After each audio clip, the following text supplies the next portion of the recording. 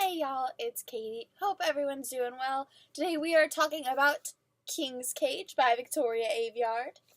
This book is the third installment in the Red Queen series, and I have to say it was by far my favorite. I gave this book a 9.5 out of 10. I thought that Victoria Aveyard's writing style improved so much. It was just amazing in this book. I thought the characters all grew a lot. I thought that everything was very realistic. The book went a lot of different places that we hadn't seen before in terms of actual location, and then the characters' feelings and thoughts and who they were starting to become, and all around it was just a wonderful, wonderful read and a really great next installment in the series. I've actually had this book since it originally came out in March. It was pre-ordered way back when, but I was rereading Red Queen and Glass Sword right before it came out to refresh my memory on everything. And I just remembered how disappointed I was by Glass Sword, and I just couldn't get myself to pick it up because Glass Sword was not it for me. I was really disappointed in it as a book and as a part of this series. So I've been putting this off for ages, but now that I finally did read it, I was really, really happy with it. Again, since this is the third book in a series, there's not a whole lot I can say. Red Queen is really, really great. I would recommend that you check out the series if you are interested in anything involving wars or powers and people growing into themselves. It's a really, really interesting storyline. This book definitely, I think, took it to a whole nother level of quality for me. And that's about all I can say before I get into the spoilers. So if you have not read this book, au revoir. A lot went down in this book.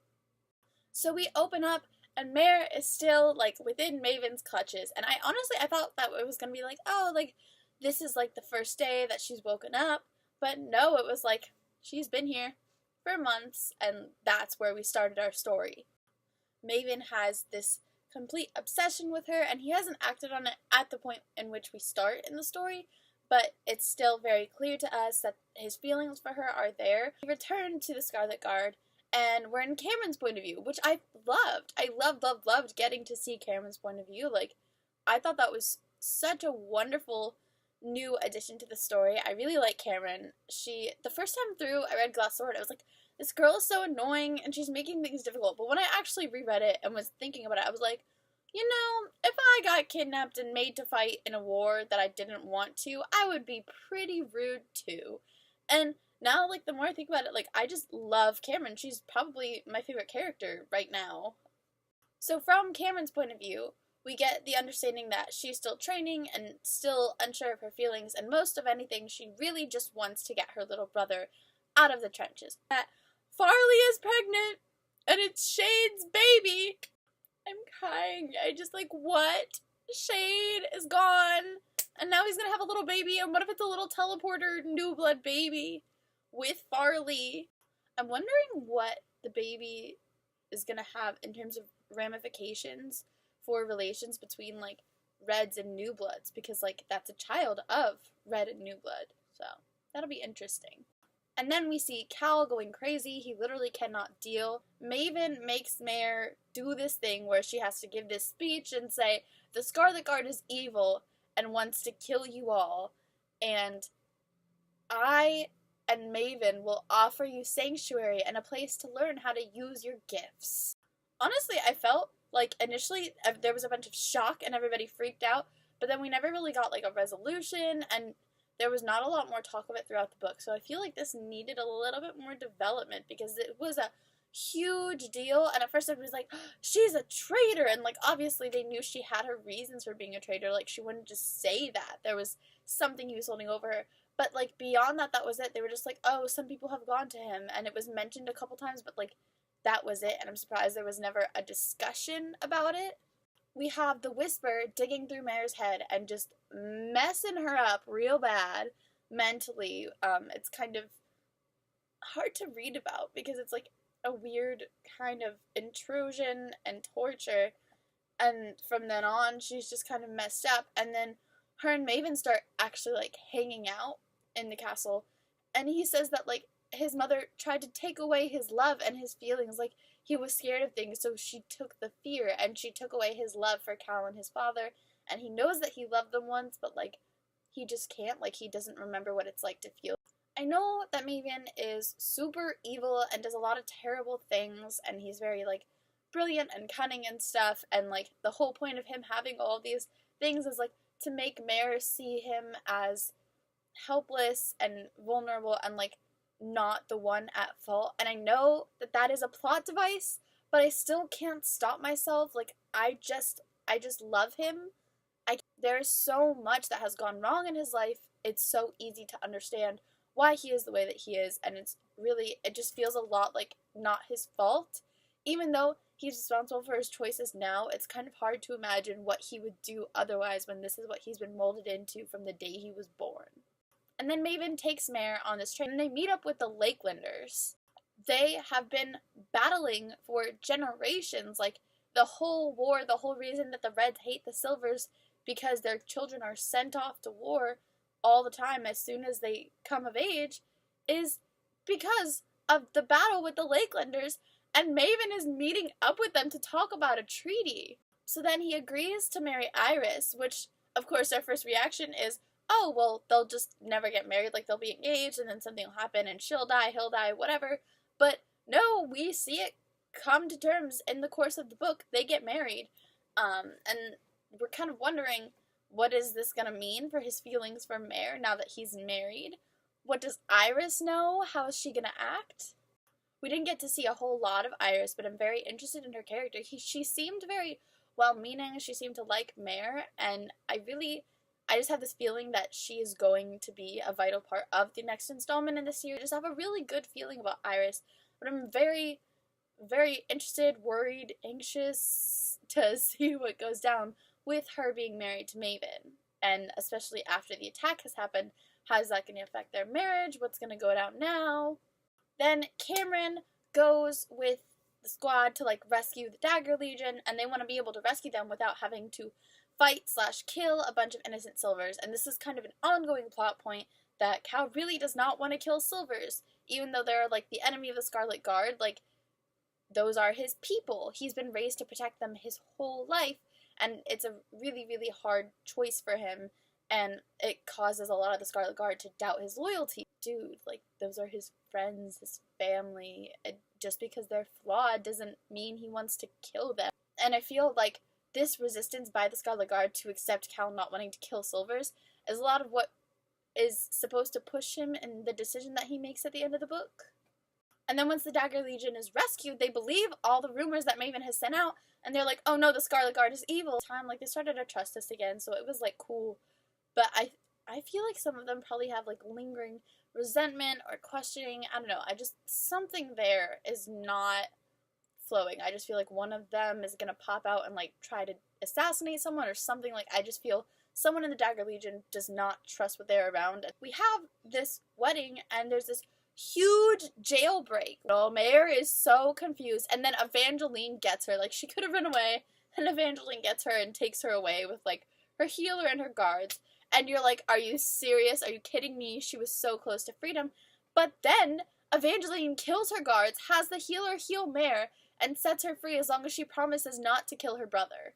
What a plot twist! I love these snippets that we got from Evangeline's point of view that started, like, right after this, and then also getting to see the way that she did interact with Mare when her family's life was on the line. I think it brought so much more to her character. Like, prior to this, a lot of the characters just felt really one-dimensional. Evangeline, most of all, is the bitchy girl who's, like, into the guy you like and is gonna stomp on everyone to get what she wants because she's an entitled rich girl who has a lot of power. But Evangeline is so much more than that. Not that she's not still an unkind person, because she's not gonna be my favorite character, but there's just so much more to her, and I think that this really made her feel a lot more three-dimensional.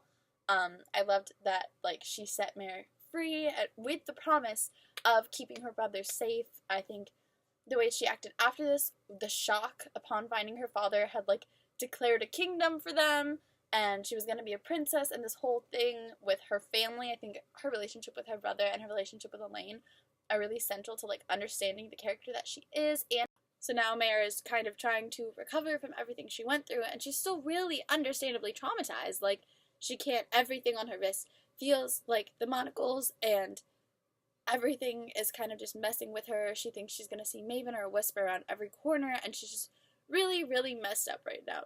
And so, like, as soon as she gets back, her and Cal are together. It is official. They are together. But it was still, like, very interesting to see the way that even though right before she had been kidnapped, taken, they were in a very bad place relationship-wise. But after that, it didn't matter. Like, she was just back and they just needed to be together. They were kind of each other's anchors. Like, obviously there's a huge love triangle in this book, but there's so always that tempting, like, oh, the love interest that you've known your whole life that has been secretly in love with you that you're never gonna know. And they didn't do that with Killorn in this book. He just, like, accepted it. He was like, good, okay. He let her and Cal have their thing and they were still BFFs. And her family was really well, even though they're still really grieving the loss of Shade. No one tells her that Farley is pregnant. Like, what? And her and Cameron have, like, these conversations because even though they low-key, like, hated each other before, they understand each other.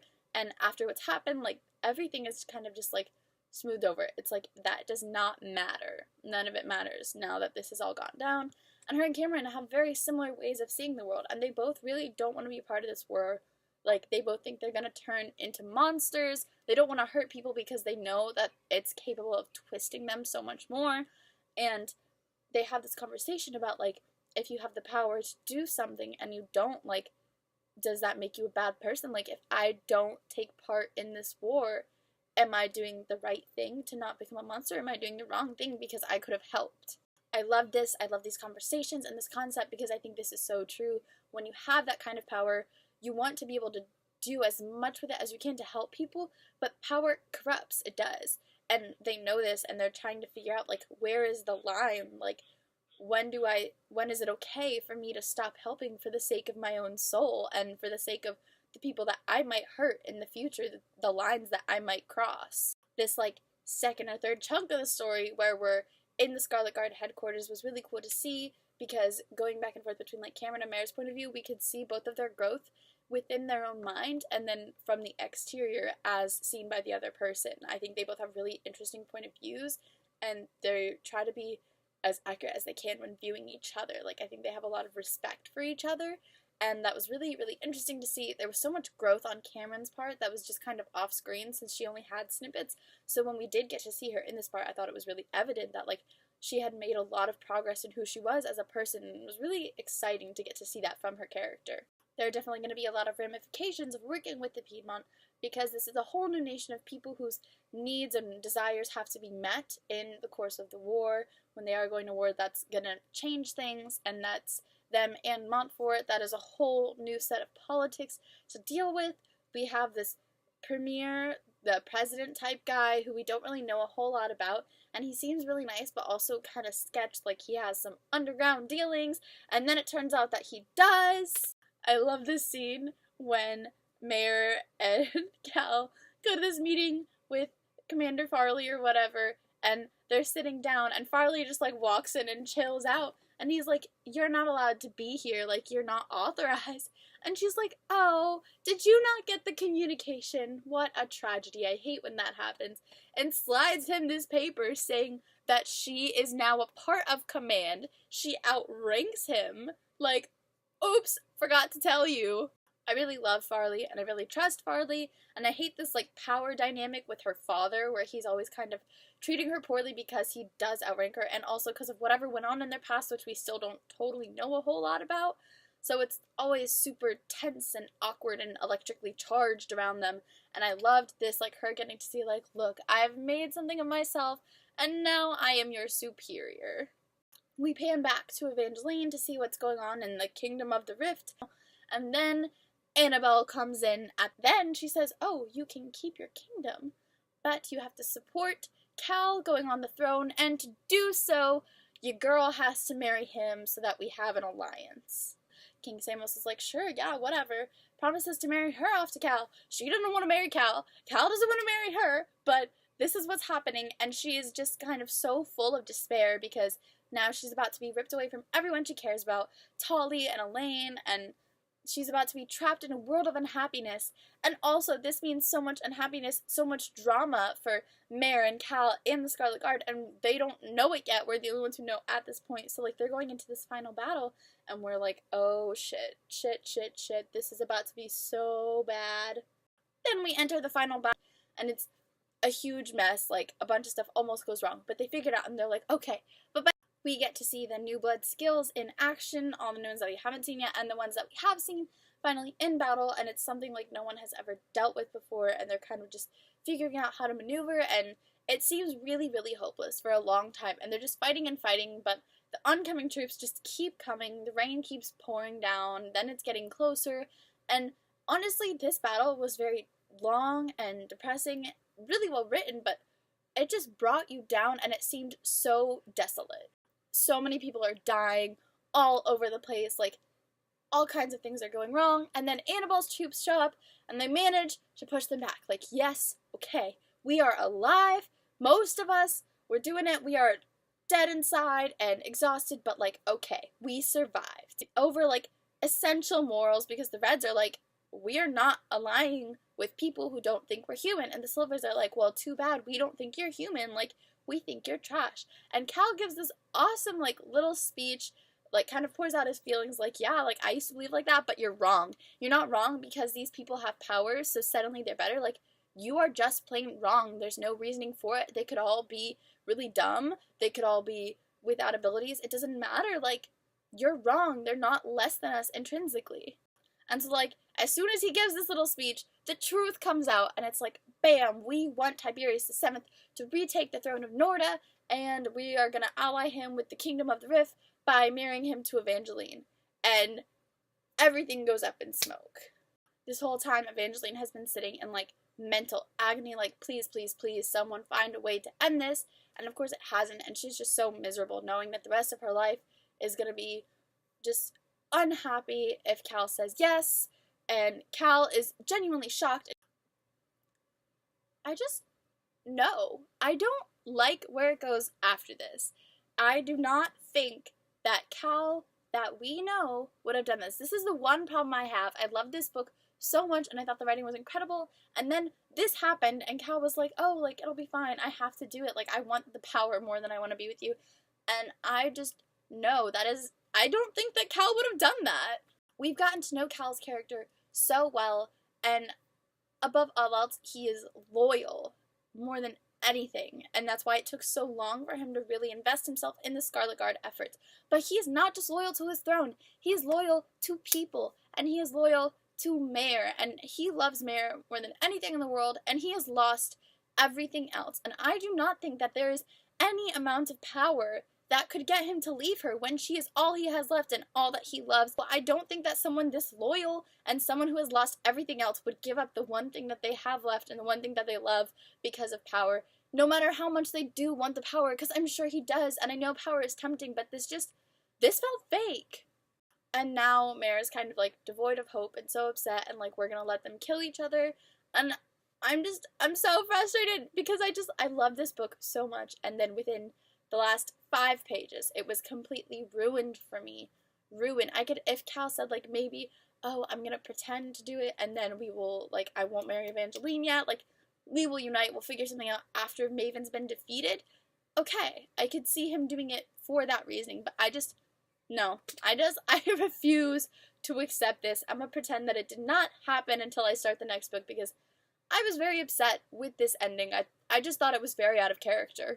Betrayal is a great plot device. It definitely moves the story along, and of course betrayal can come from anywhere, but I think at this point, like, once we're 3 books into understanding and knowing a character, I don't think it's realistic to have them betray something that we know they never would, because we know who they are. Like, there's a difference in, oh, this person has been putting on a false pretense and whatever, and then there's, like, we genuinely know who this person is, and I can't get behind it. Overall, though, I really, really loved this book.